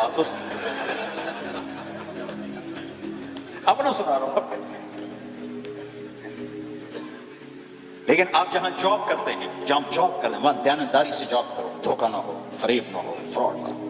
آپ بھی کہیں ملازم تو ہیں، کہیں کام کر رہے ہیں، کوئی آپ کی دکان پہ کام کر رہا ہے، گھروں میں کام کرنے والے، دکانوں پہ کام کرنے والے تو ہیں۔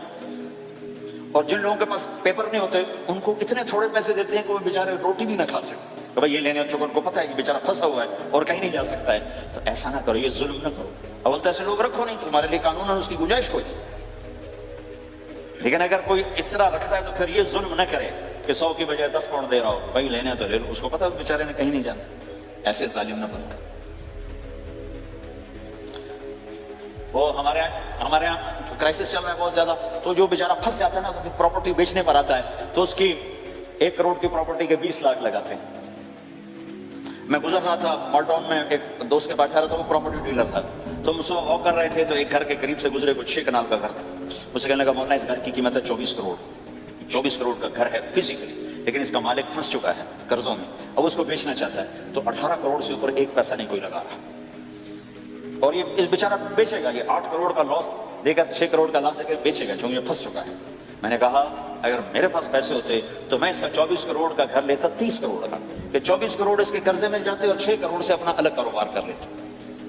مسلمان تو مظلوم کی مدد کرتا ہے، مسلمان تو دکھی کی مدد کرتا ہے، نہ کہ مصیبت زدہ کو اور لوٹ لینا، مرے نو مارے شاہ مدار، یعنی مصیبت زدہ پر اور مصیبت ڈالنا۔ بھائیو یہ وہ خوبصورت اخلاق ہیں، اپنا ہو اللہ چمکائے گا، اللہ اس جہان کی عزت دے گا۔ اور ایک آخری میری بات ہے، بہت بڑا مجمع ہے، بہت سارے نوجوان نظر آ رہے ہیں، آج تک جو اللہ رسول سے جنگ کی اس سے صلح کر لیں، جو گناہ کی اس سے معافی مانگ لیں۔ ادھر ہم معافی مانگیں ادھر اللہ معاف کر دے گا، ادھر ہم توبہ کریں گے ادھر اللہ معاف کر دے گا۔ اور آپ تو ماشاءاللہ سارے بہت اچھے بیٹھے ہوئے ہیں۔ میرا ایک شاگرد ہے مولوی امجد، کراچی میں امام مسجد، اس کے پڑوس میں ایک عورت تھی، وہ لڑکیاں سپلائی کرنے کا کام کرتی تھی، کتنا ذلیل کام ہو،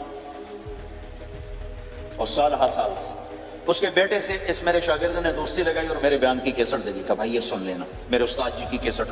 اس نے گھر میں جا کے لگا لی، اس کی ماں چلتے پھرتے کانوں میں آواز پڑ رہی ہے، آخر وہ آ کے بیٹھ گئی، کہنے لگی سنا مجھے بھی سنا، تو اس نے سارا سنا، پھر کہا دوبارہ سنا، پھر سنا، کہا دوبارہ سنا، پھر سنا، تو کہنے لگی یہ کون ہے؟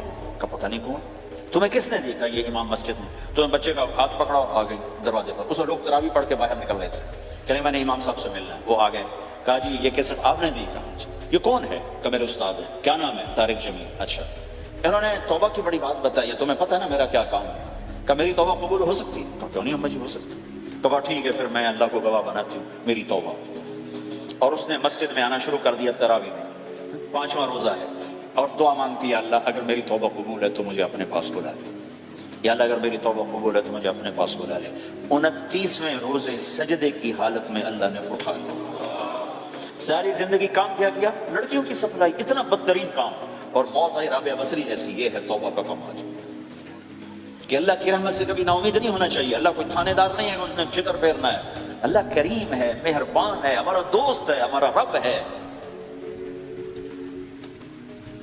تو جب کبھی خطا ہو فوراً توبہ کرو، فوراً توبہ کرو، انشاءاللہ ایک دن آئے گا کہ اللہ ہمیں اپنی توبہ پہ پکا کر دے گا۔ تو یہ نیت تو کرو سارے جتنے بیٹھے ہو، بوڑھے جوان، کہ پچھلے پر ہم توبہ کرتے ہو نیت، کہو یا اللہ میری توبہ، پھر کہو یا اللہ میری توبہ، پھر کہو یا اللہ میری توبہ۔ اگر یہ آپ نے سچے دل سے کہا ہے تو آپ کو مبارک ہو، آپ کے سب گناہ معاف ہو گئے، سارے معاف ہو گئے۔ حقوق باقی ہیں، علماء سے پوچھ لینا ان کی ادائیگی کیسے کرنی ہے، گناہ سارے معاف ہو گئے۔ اور آئندہ اگر کبھی توبہ ٹوٹے تو پھر کر لینا، پھر کر لینا، پھر کر لینا، میرے رب کی رحمت پہ کوئی اثر نہیں پڑتا۔ لن تبلغوا ضری فتضرونی ولن تبلغوا نفعی فتنفعونی، یہ میرے رب کی صفت ہے۔ وہ کہتا ہے میں نفع سے بھی پاک ہوں، نقصان سے بھی پاک ہوں، نہ کوئی مجھے نفع پہنچا سکتا ہے نہ کوئی نقصان پہنچا سکتا ہے۔ تو میرے گناہوں سے اس کو کیا گھاٹا پڑتا ہے؟ مجھے گھاٹا پڑتا ہے۔ لہٰذا جب بھی ہم معافی مانگیں گے وہ خوشی سے معاف کریں گے، جب بھی توبہ کریں گے خوشی سے قبول کریں گے، ٹھیک ہے نا؟ سارے نیت کرتے ہو؟